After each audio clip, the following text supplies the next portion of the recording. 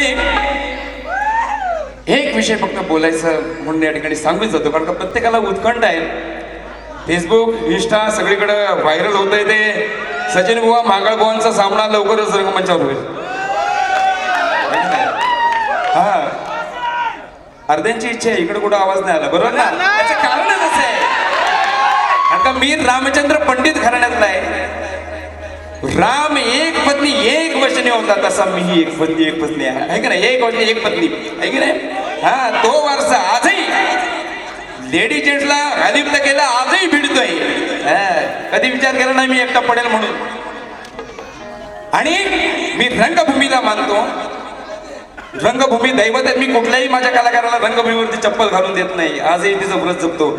आणि रंगभूमी ही कलेपेक्षा मोठी आहे, माझ्यापेक्षा मी रंगभूमीला मानतो आणि त्या रंगभूमीवरती घेतलेली शपथ आहे आणि म्हणून मी ती मोडू शकत नाही. त्यामुळं तुमचे जरी, आणि हे पाठवतं कोण? आमच्या सचिन बुवांचेच फॅन. तो डबल कुठे गेला?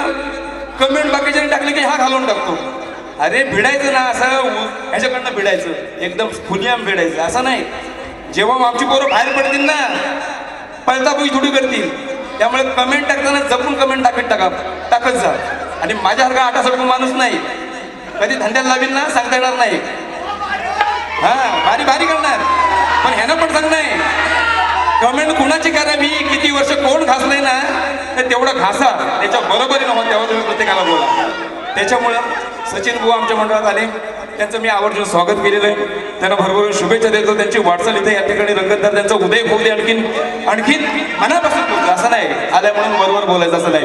त्यांचा चांगलाच या ठिकाणी उदय होऊ दे, त्यांना मनासारख्या त्यांच्या बाऱ्या त्यांना मनासारखा भेटू दे, एक प्रार्थना करतो रंगदेवतेजवळ. आणि त्याच्यामुळं माझी कधी बारी कधी होणार नाही. हा माणूस एक कली आहे एवढं लक्षात ठेवा. त्याच्यामुळे विषय तो संपुष्टात गेलेला आहे एवढं लक्षात ठेवायचं. आणि उगाच जर कोण कमेंट टाकेल आणि माझ्या तावडीला गावलं, फोन नंबर विचारला की यांची फाटते.